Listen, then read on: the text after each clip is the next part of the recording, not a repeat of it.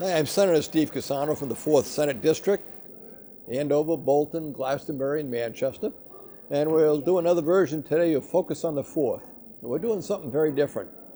It's really an honor as a senator to be able to hold a annual or a biannual, and we tend to do biannual health fairs. And this particular is a senior fair that we're having at Manchester Community College. We have many vendors, and we'll probably literally have hundreds of people, as we did last time, who need information and direction and guidance on a variety of issues. And so our first guest today is Vita White. She's from AARP, and we just had a very interesting conversation on a bill that we passed this year called the Caregivers Act. And the Caregivers Act, what it does is provides an opportunity for parents, for children of patients, family members, or designated caregivers to actually get information from a hospital or a doctor as to the necessary care that a patient may need. This has always been privileged information, and so your loved one comes home, but you don't know the answers to some of the questions that need to be answered to take care of them. So Vita, tell me, you are making a major effort with the AARP. Tell us about what you're doing with the Caregivers Act. The Caregivers Act was one of the initiatives that AARP has supported, along with the Alzheimer's Association as well, for people who are primary caregivers for people who have chronic illnesses or they're seniors. They come home from the hospital and they may be under medication at that time and not really understand the significance of the care they need or how to provide it. So the Caregivers Act allows them to designate someone to be their official caregiver, who then will be instructed at the same time as the patient by the hospital staff, by the medical professionals, in terms of what that patient will need when they get home, how to take care of them, and be able to answer any questions that person might have on how better to assist the patient and the person needing the care. And prior to October 1st, we didn't have this ability in Connecticut. So this makes Connecticut one of the very forward-thinking states around this very important issue. We've done fairs and educated the people who come to these fairs and these events, as the senator has indicated, and it gives us an opportunity not only to explain the Caregivers Act in more detail, but to educate our constituents and our members, and then they can go out and have real conversations on what the act is and is not. And that is so significant. Often people have no information or misinformation, and these events give us opportunity to have the conversations around the Caregivers Act as opposed to hoping people will read it. So thank you very much. Oh, it's a pleasure. That's a bill we were excited about. Mm-hmm. I know that you were talking earlier about another bill that should come along. What would be your next priority for us at the Senate as far as AARP? Well, AARP is, looking at a number of different issues. We're looking at, funding for the people who have been the respite care givers of people who are chronically ill, and ensuring that those funds are restored at some point in time. Right. And I think we were talking just on a personal level about mental health being another issue that's so important around caregivers. It has the same effects and the same needs as the Caregivers Act, but hopefully at some point in the future that law can be expanded to include that as well. And I think that's a major concern. On the one hand, we know mental health issues are serious issues. We all know we have to do something about it, but we don't have the ability to communicate without including that. So I would hope that would be a priority for us in trying to expand the CARE Act to include mental health. I think it'll go a long way. If anybody needs guidance, it's somebody with mental health issues who can't make decisions. So. Well, I think this has been terrific. I appreciate you taking the time. I'm glad you're here today, and it's very nice to meet you, and we'll see you during the day. Okay, thank you. Thanks.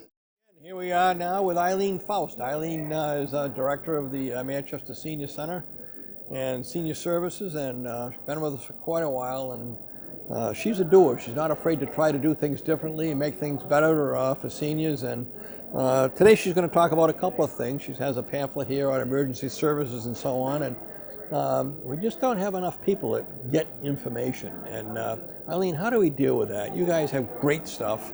How do we get people to get this information?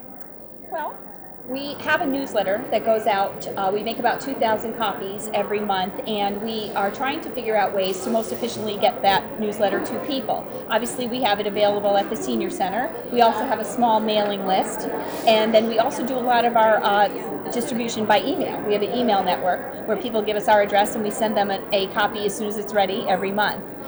We also have a column in the Journal Inquirer. They very graciously give us a column, and we put a lot of information in there about what's happening at the Senior Center and other things in the community that we feel people should know about. So we have a variety of ways. The town also has a Facebook page, so if there's something important, we put it on the Facebook page. We do a post, and also the town has a great new website. They redesigned the website a few months ago, and if there's a feature event, we're able to put that right on the front page of the website for everyone to see. So we try to use traditional sources as well as some of the newer social media type resources that are available to us to make sure people get the information that we have available to them, because the Senior Center does so much more than just offer activities at the Senior Center. We're a resource. We have a social worker, we have a geriatric clinic nurse, and if people have questions about issues or problems and concerns that they have, we either can help them with that, or we can certainly give them information about who might be able to do that if we can't. That's great. That's great. Tell me, I was looking at the emergency preparedness booklet. Tell me about the booklet. Okay. Well, this is a great little book. Part of my responsibility is also doing emergency sheltering for the town. The Senior Center is the main emergency shelter, and if we run out of room there, then we go to the high school. We also have some satellite shelters as well, should the Senior Center and or the high school not be available. But those are the main two, and so we at the Senior Center are prepared to open an emergency shelter if necessary. But one of the things that we have found out over the last number of years, really since 9/11, where there's been a big push on preparedness and making sure that people are kept safe, is that people really do best in their own homes. They know their own environment. They know how many steps it is from the chair to the bathroom or the bed to the bathroom. And if you put someone in a large emergency shelter, they get disoriented as to where they are when they wake up at night. And it's very hard to get in and out of the cots and things like that. So we really encourage people to be prepared in their own homes. And this booklet is great because it just gives you a couple of little ideas, and it's split by depending on the event. We have thunderstorms, hurricanes, tornadoes, blizzards, and it has summer weather hazards, because sometimes it's not a big event, but something like a heat wave could really cause a lot of people distress.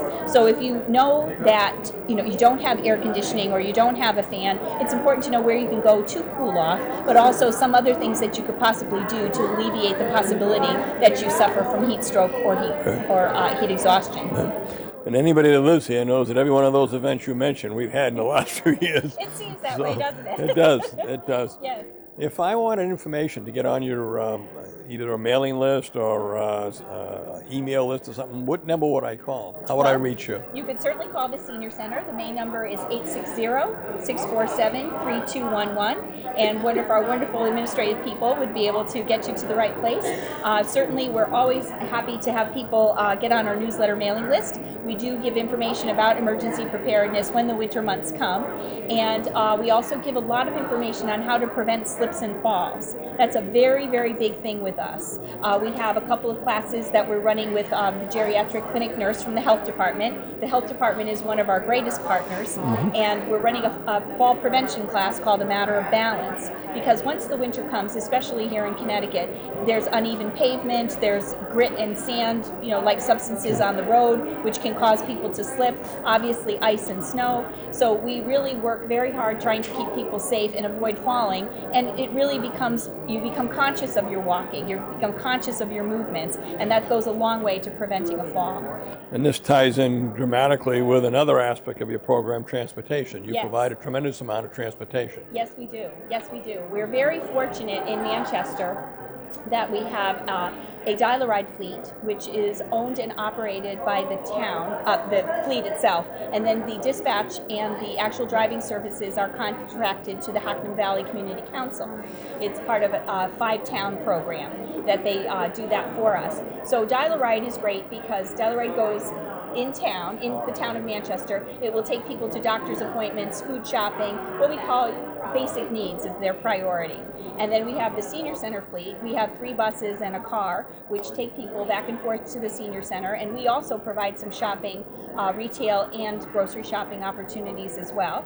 And we have some special trips as well with the senior center transportation. And then also, because Manchester is served by Connecticut Transit, most of Manchester is covered with the Greater Hartford Transit District, or the ADA as it's called. That's the more common name for it.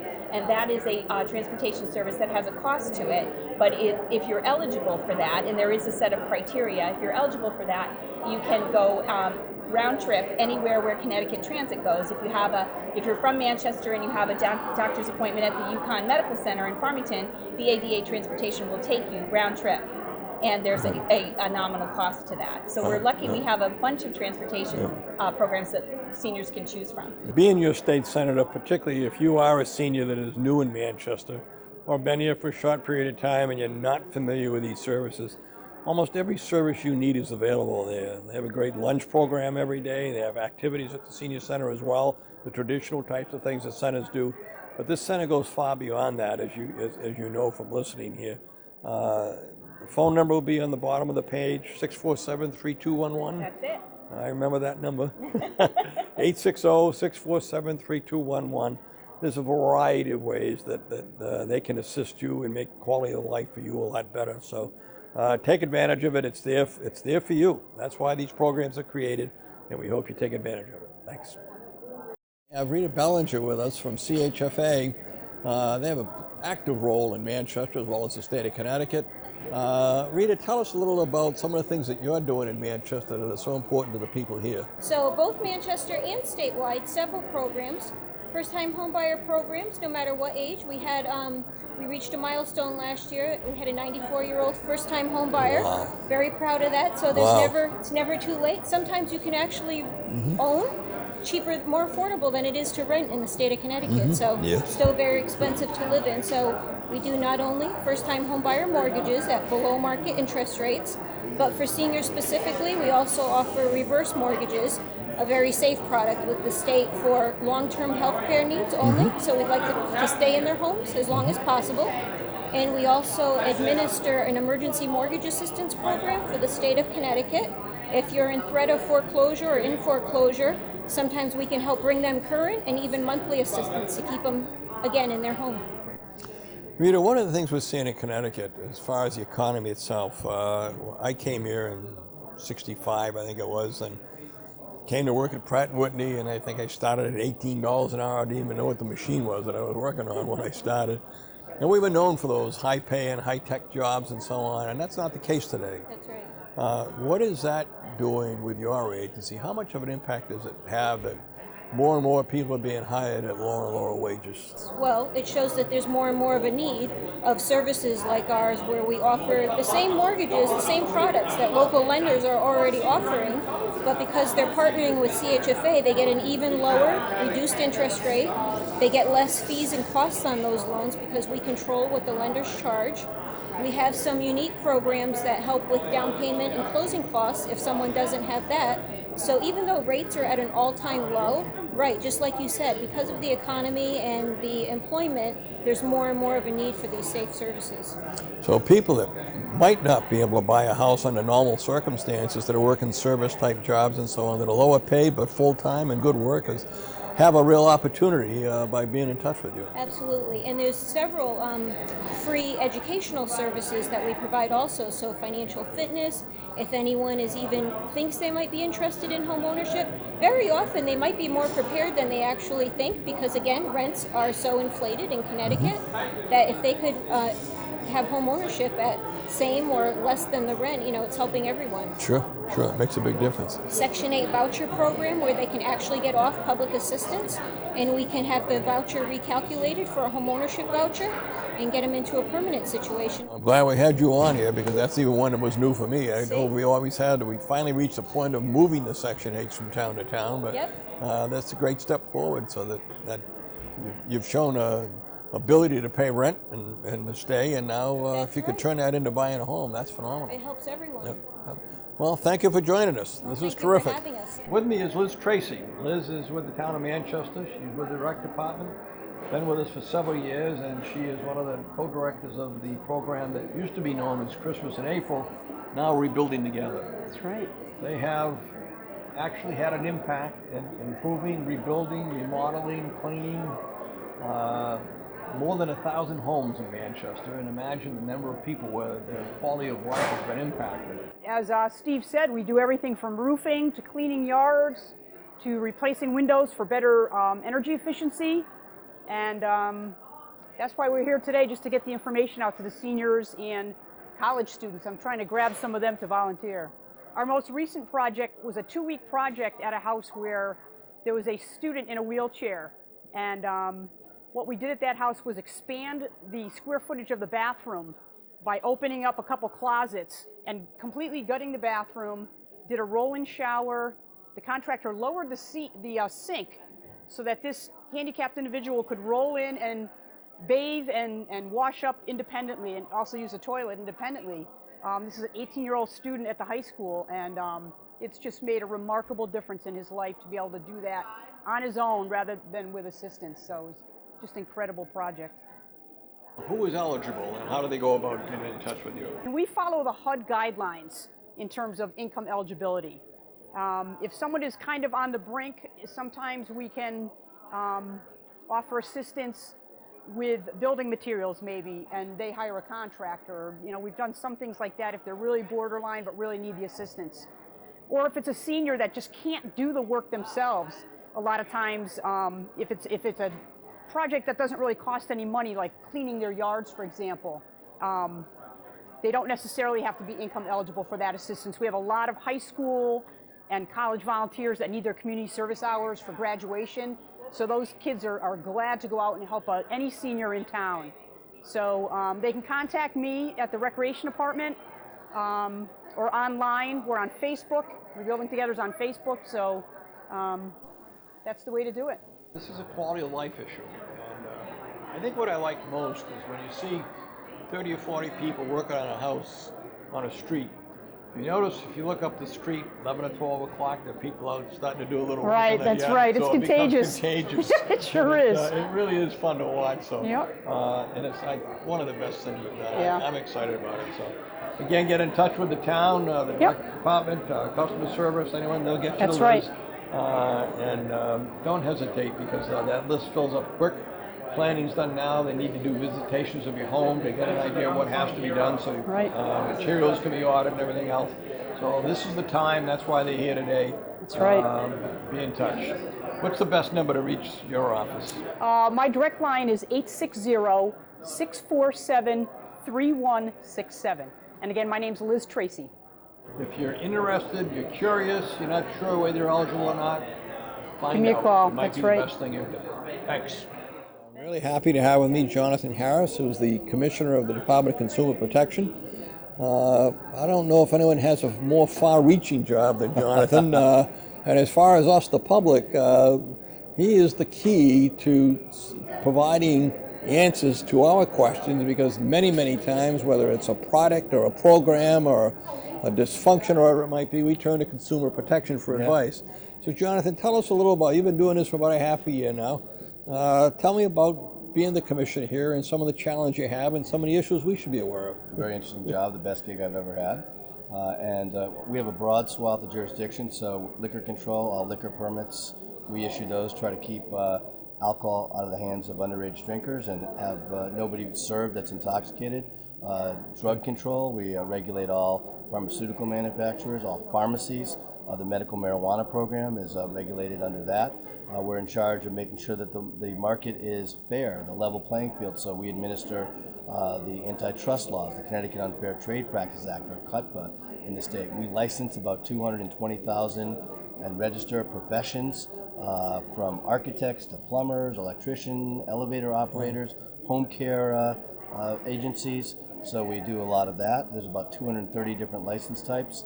We regulate all charitable organizations to make sure that they're not ripping people off, that the money is going to help the people that they represent.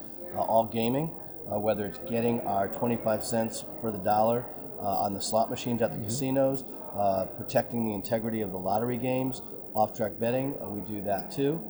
As you can see, that we do a lot, and some of the biggest problems are just to help protect people against the scams that you find common out there, identity theft, other types of scams, and that's why it's great that you're doing things like this to get the word out, Senator, because what we hear the most about are phone calls trying to get money to be paid or trying to get people's personal information, people coming door to door, in particular with seniors that might be home during the day and maybe are a little more vulnerable because they don't have as much social contact. So those are some of the big problems that we're hearing. Yeah, I'm finding a lot of it recently just on the internet that your AL service is expired, or things that you would think automatically, wow, I must have messed up or something like that, and it's you follow it. It's not AOL. It's some other source trying to get money out of your pocket. You're almost at the point you can't trust anyone or anything if it's on the computer or in the paper. When people come to you, it's always best not to deal with them right away. If you need the service, say thank you, and then go directly to the company that you think was there. Especially government agency calls you and says, you owe taxes. The IRS and Department of Revenue Services, they don't do that. No. So if you think you have a problem, go directly to them. When you're buying a good or service, it's always good to be able to talk to friends, family members, neighbors that might have used that particular business or donated to that charity. Take a look at our website and see if they've had problems, whether they're licensed or registered if they have to. Take a look at the Better Business Bureau site to see if there's information there. The judicial website, have they been sued a lot of times? Have they had criminal violations? So basically, take a deep breath, do your homework, ask questions, and don't be afraid to say no. Right. Is there a central number that if I have a question and I'm not sure, first thing I'm going to say, well, who would I call? Well, you can always call me. Yeah. My office number, and I'll get you to where you need to go, is 860-713-6050. That's 860-713-6050.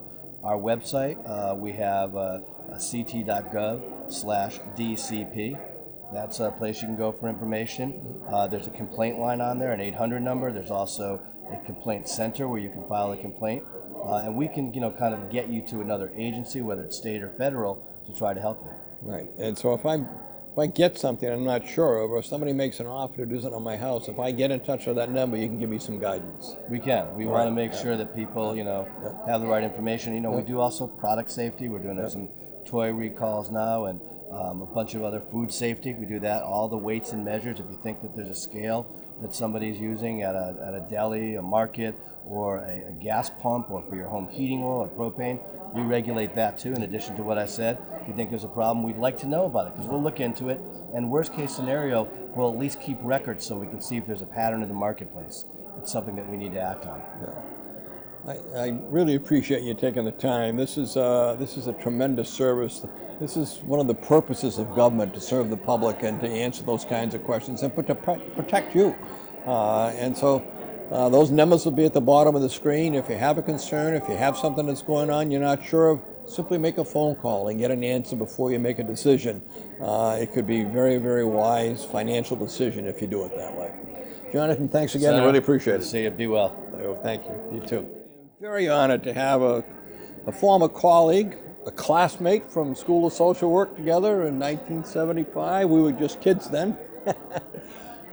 Senator Edith Sprague, who was the Commissioner of Aging, chaired the Aging Committee, and she's working today with the Medicare Advocacy Group. And I just saying to Edith that there is so much confusion around Medicare that the amount of mail that we get from companies trying to sell you and to buy this, to buy that, and so on. Edith, tell us a little about what you guys are doing with the Medicare Advocacy Group and how they can help people. The Center for Medicare Advocacy is a group of lawyers who are funded by the federal government. I want to give you their phone number in case any senior listening has a problem. They can call the center. The center is located in Mansfield, and the number is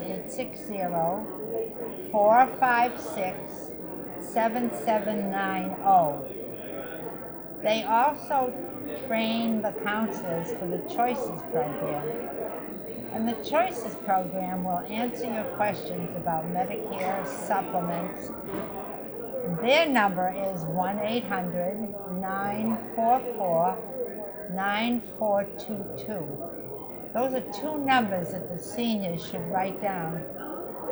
And you can use them anytime you want to resolve an issue concerning Medicare. I have worked with many people in recent months dealing with Medicare issues. There are many questions, so write these numbers down, get these numbers, don't be afraid to call, get the correct information before you make decisions. A lot of people have almost been intimidated by the threatening way some of the language is written, that if you don't do this by such and such, you don't do that. You need help in making some of those decisions. Make phone calls so that you're comfortable. And Edith, thank you. It's so good to see you, and I appreciate you coming to the fair. It's nice to have you here today. I have Marty Baskerville with me. She's from ECHN. You notice she's in pink, which means we're talking about breast cancer. Marty, tell us a little about your program and what you're doing. We offer services to women age 40 to 64. And a lot of women now have access health care. So the access healthcare will pay for the screening, the mammograms, but it won't pay for the diagnostic test if they have a callback or something, they find something. Our program will help them pay for the diagnostic testing.